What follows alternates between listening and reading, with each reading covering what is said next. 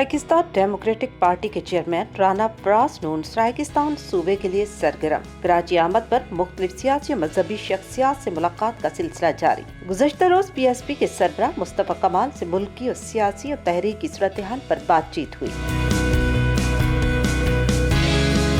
Chairman Saraikistan democratic party Rana Faraz Noon अपने वफ्द के हमरा पाकिस्तान सुन्नी तहरीक के सरबराह सरबत एजाज कादरी से उनके मरकजी ऑफिस में मुलाकात की। दो तरफा मुलाकात में मौजूदा मुल्की सियासी और तहरीकी सूरत हाल पर तबादला ख्याल किया गया और आइंदा बल्दियाती इंतखाबात में सियासी इत्तेहाद के हवाले से मुशावरत हुई।